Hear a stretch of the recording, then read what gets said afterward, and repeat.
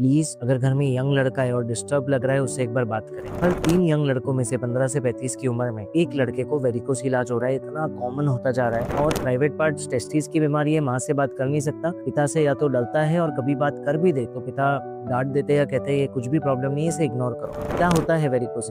अगर टेस्टिस से जो दूषित खून दोबारा हृदय की तरफ जाता है वो अपने स्पीड से ना जा पाए, क्योंकि ये खून की नसें, वेन्स के वाल्व डैमेज हो चुके हैं इन्फ्लेमेशन की वजह से, कई कारणों की वजह से जो पूरी समझ भी नहीं है, तो ये दूषित खून दोबारा टेस्टिस में लौटता है, टेस्टिस को डैमेज पहुंचाता है। पहला कॉमन सिम्टम है पेन या हैवीनेस। बच्चा एक टाइम पे एक जगह पे सीधा बैठ नहीं पाएगा, हमेशा करवट बदलता रहेगा, पोजीशन बदलता रहेगा, क्योंकि उसे पेन हो रहा है टेस्टिस में। सेकंड, कि उसे समझ में आएगा कि वेन सूज रही है टेस्टिस के ऊपर। इनफैक्ट कई बार बच्चे आके हमें बताता है कि मुझको ऐसा लगता है जैसे वेन्स का नसों का गुच्छा बन गया है, जैसे कीड़ों का गुच्छा रेंग रहा है या चल रहा है मेरे टेस्टिस के ऊपर। तीसरा कॉमन प्रॉब्लम है कि उनका सीमेन ऑल्टर हो जाता है। अगर टेस्ट कराए तो पता चलता है कि सीमेन की काउंट कम है, मोटिलिटी कम है, मॉर्फोलॉजी कम है, यानी कि सीमेन खराब होता जा रहा है, आगे जाके प्रॉब्लम आ सकती है। एंड लास्टली, कभी कभी एडवांस स्टेजेस में टेस्टिस श्रिंक होने लगती है या साइज कम हो जाता है टेस्टिस का। ये सारी प्रॉब्लम्स या तो वो इग्नोर कर रहा है या तो आप उसे मजबूर कर रहे हो इग्नोर करने में। प्लीज उससे बात करें और पूछे कि कोई प्रॉब्लम तो नहीं है, और अगर है तो उसे एक यूरोलॉजिस्ट या इंटरवेंशन रेडियोलॉजिस्ट के पास दिखाएं।